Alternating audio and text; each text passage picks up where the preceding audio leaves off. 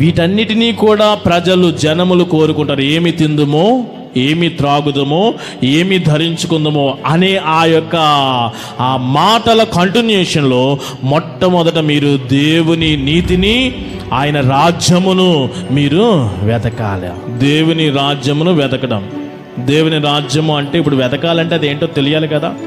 ఫలానా వాడిని వెతకండ్రా అని అన్నాం అనుకోండి, వాడు ఎట్టా ఉంటాడో, పొడవుగా ఉంటాడో, సన్నగా ఉంటాడో, తెల్లగా ఉంటాడో తెలియాలి కదా వాడిని వెతకడానికి.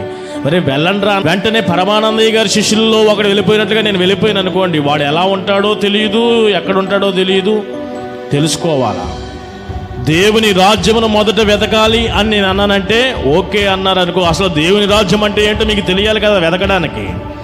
అసలు అదంటే ఏమిటో తెలియకపోతే ఏమి వెతుకుతారు మీరు?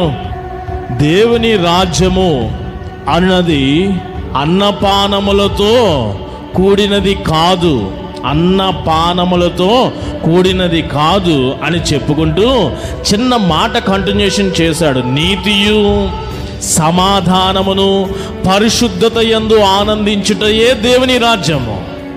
ఇప్పుడు మనము ఒకవేళ దేవుని రాజ్యమును వెతుకు అని నేను చెప్పినప్పుడు ఎట్లా వెతికేదంటే పరిశుద్ధత కలిగి ఆనందపడు, అదే దేవుని రాజ్యము. ఒక క్రైస్తవుడు విశ్వాసి ఎలా దేవుని రాజ్యాన్ని ఫీల్ అవ్వాలి, ఎంజాయ్ చేయాలి అంటే నీలో ఏమీ అపవిత్రత లేకుండా చూసుకో. నీ చూపులో ఒక స్పష్టత, ఒక పవిత్రత ఉండాలా, ఒక మంచి స్వచ్ఛమైన చూపు కలిగి ఉండాలి. అలా చూస్తున్నప్పుడు మాట్లాడేది ఒకటి, నీ కళ్ళుతో మరి యొక్క విధముగా నువ్వు ఆలోచన చేస్తున్నప్పుడు నీ హృదయము, దావీదు చెప్తున్నాడు కదా 51వ సంకీర్తనలో, శుద్ధ హృదయమును మనసును నాకు దయచేసి స్థిరముగా మరలా పుట్టించు. నీ హృదయము పవిత్రముగా ఉండడానికి చూసుకో. నీ దేహము కల్మషం అవ్వకుండా చూసుకో.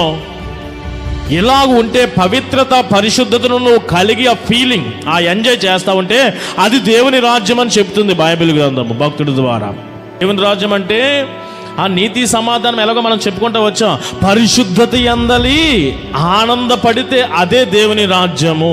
ఇప్పుడు అలాంటి దేవుని రాజ్యము కొరకు మీరు వెతకాల అంటే పరిశుద్ధతలో మీరు ఇంకా నేను ఎలా ఉండాలా, నా చూపులు, నా హృదయము, నా మాటలు, నా దేహం అంతా కూడా పవిత్రతలో, పరిశుద్ధతలో ఇలా ఆనందించగలిగితే అది పరిశుద్ధతలో నేను ఎలా ఉండగలను అని వెళ్ళగలడమే, వెతుక్కుంటూ వెళ్ళగలడమే అదే దేవుని రాజ్యము.